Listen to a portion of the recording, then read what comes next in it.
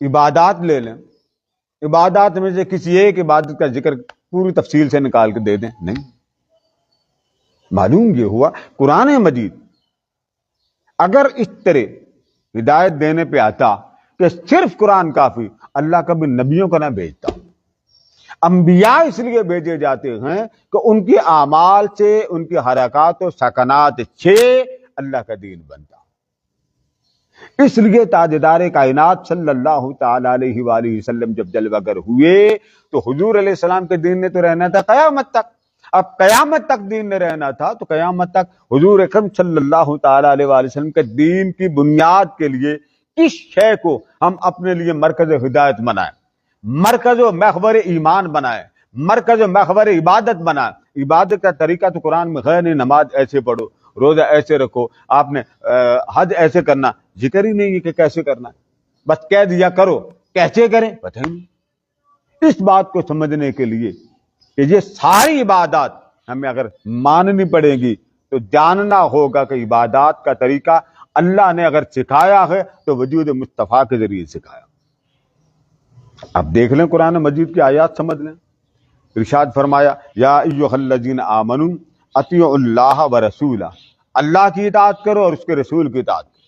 اللہ نے اپنی اطاعت کا ذکر پہلے کیا اور رسول کی اطاعت کا ذکر بعد میں کیا، اور آگے کیا فرمایا وَلَا تَوَلَّوْا عَنْهُمْ، سورہ انفال میں ضمیر واحد کی فرمایا لوگوں یہ جو وَلَا تَوَلَّوْا، اگر ضمیر سنیں عنہ یعنی اس سے روگردانی نہ کرو، ذاتیں دو ہیں ضمیر ایک۔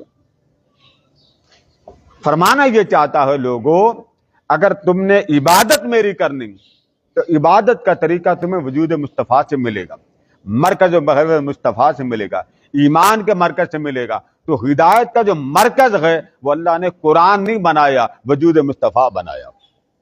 قرآن مصطفیٰ کے پیچھے جو حرکت، جو قول، جو فعل، جو عادت تاجدار کائنات سے سرزد ہوگی قرآن اس کو اپنا سبجیکٹ بناتا۔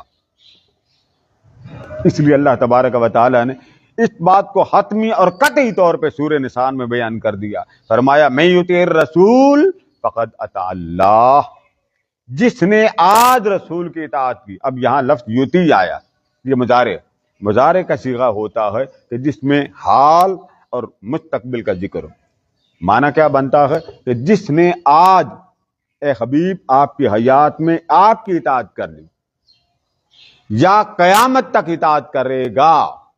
آج ابو بکر، عمر، عثمان و علی شیر خدا کے زمانہ حیات میں اطاعت کی یا قیامت تک جو اطاعت کرے گا۔ اور آگے صیغہ ہے فقد اطاع اللہ۔ اب جہاں صیغہ فرمایا ماضی کا، اور اس کا مطلب یہ ہے کہ اس کی اطاعت ہو گئی، یعنی اس کو مزید انتظار کرنے کی ضرورت نہیں۔ اس سے بڑھ کر اللہ کی کرم نوازی کا عالم آپ کیا لگا سکتے ہیں کہ رب ذوالجلال نے اپنے حبیب کی اطاعت پر وقت نہیں رکھا کہ یہ پینڈنگ ہے، یہ نہیں فرمایا کہ چلو انتظار کرو قبول کریں گے، نہیں، فرمایا ادھر محبوب کی اطاعت آپ نے کی، تمہاری اطاعت کرنے کی دیر ہے۔ مصطفیٰ کی اطاعت کے صدقے اطاعت مصطفیٰ عبادت خدا بن گئی۔ عمل ایک ہے،